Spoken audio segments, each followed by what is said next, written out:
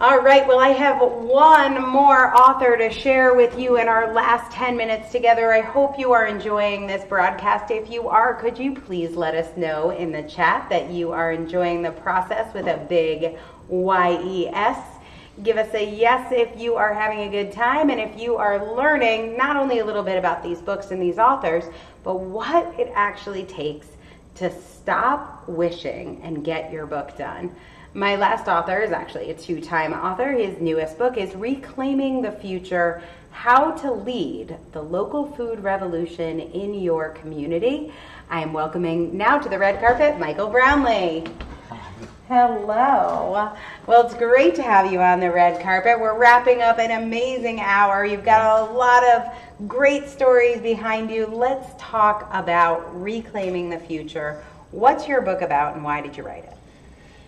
The book that I've written, which is really for people who have been in the local food movement for a while and realizing that they're struggling. You know, that after the last 10, 15 years of effort, in this country, we're still at less than 1% local food. So we need to radically shift the whole... Is that a food eaten or a food like grown? Grown, produced, eaten, yes. What, less than 1%? Less than 1% of our food supply is actually local. The rest of it is all produced. Oranges from Florida and strawberries from Chile and industrialized. Yeah. So we need to shift this conversation about local food to from being a lifestyle movement for the privileged and the white to becoming radically more effective in impact and scale because it's needed. Our food supply is in danger. We have lost our food security. We've lost our food sovereignty. It's really been stolen from us by the global industrial food system, and it's time for us to rise up and take it back because the industrial food system is stealing our future from us right before our eyes. So tell me about local food revolutionaries. What do they look like? Who works with you? I know you run the Local Food Academy. Who works with you guys? What's a local food revolutionary? Maybe some of you are out there, but I'm also asking Michael to share this so that you can take a look at his Amazon link, and if the person he describes sounds like someone you know, you're going to send them this book. So tell us, who is a local food revolutionary? Someone who feels deeply about these issues and is concerned about our future and begins to realize that food is fundamental to the future of human civilization. So we're finding everywhere we look, there are people who are called to this issue. You know, they really are deeply called. So we're looking for them. You know, so this book is a recruiting tool. You know, we are trying to recruit you. Yes, exactly. And people are responding. It's very exciting. So, how long have you been in the local food movement? About 13 years now. Essentially full time during that whole time in Boulder, Colorado, which Bon Appetit magazine called America's foodiest town, which is kind of embarrassing.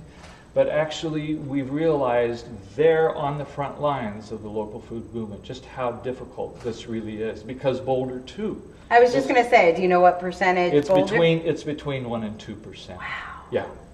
It's crazy, and it's not understood, and it needs to be shifted very, very quickly because our food supply is in jeopardy because of global warming, which will radically reduce our ability to produce food. Global warming's number one cause is the industrial food system.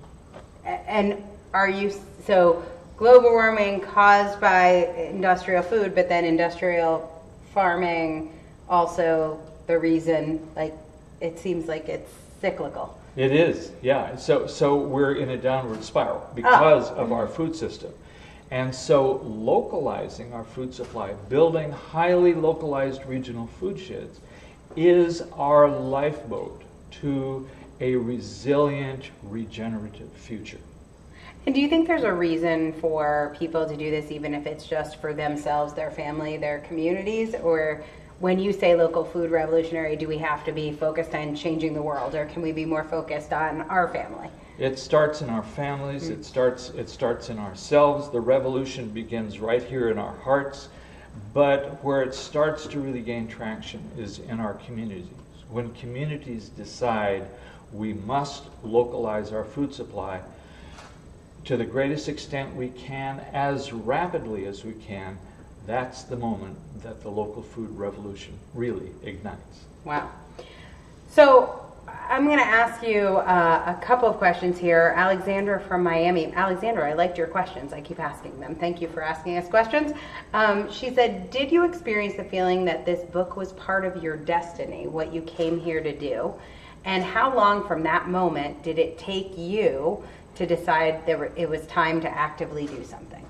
Oh, yes. I know this book is part of your destiny. Yes, it was clearly part of my destiny, much to my surprise. I mean, I had no idea earlier in my life that this is what I would be doing at this stage in my life. It's the last thing I would have chosen.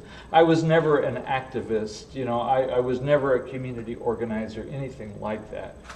But I was compelled internally to do this. And from that moment, you had the spark. How long did it take to do something, and then how long? Well, I took nearly 4 years to write my first book, and spent thousands of hours literally writing that book, and got it published, by a traditional publisher. But it reached a handful of people, and I knew that something different was needed now. And I didn't know how. I knew a new book was needed. I had a feeling of what it was like, but I didn't know how to do this until I got a message from you on Facebook, and offering a manuscript to the incubated author. And I got this about 1:30 in the morning. I downloaded the book and I read it that night. I read it all the way through.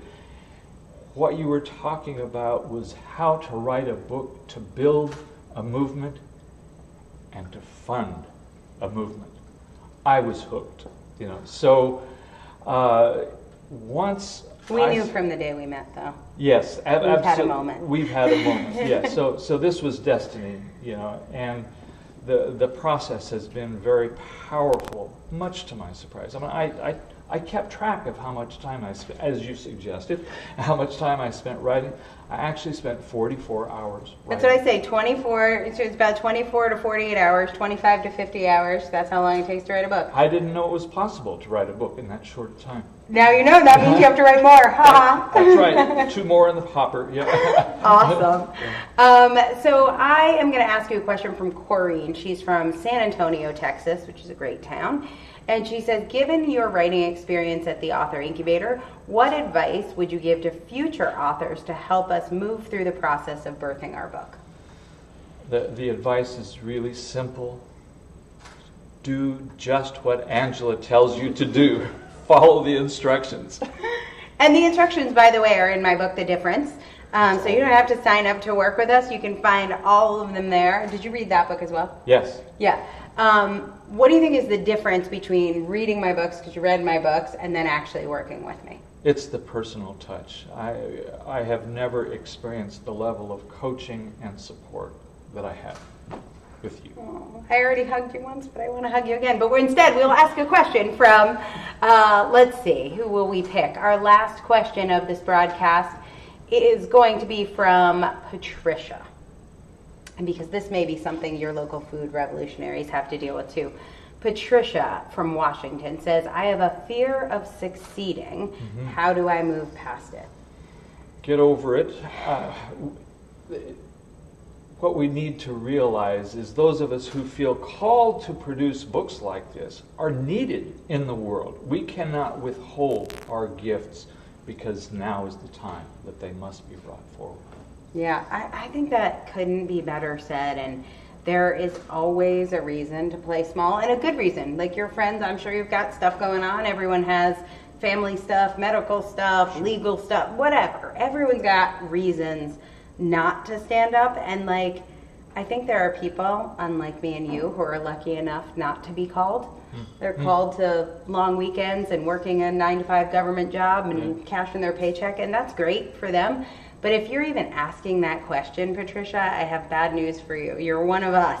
Yeah, you're it. That's what it feels like. And Yeah. it doesn't feel like, oh, I have no fear of succeeding. I've got this all figured out. It feels scary every day, at least for me it does. And it means shouldering ever greater responsibility. It's just part of the process because we are needed. Yep, absolutely. Well, let's share your book with everyone.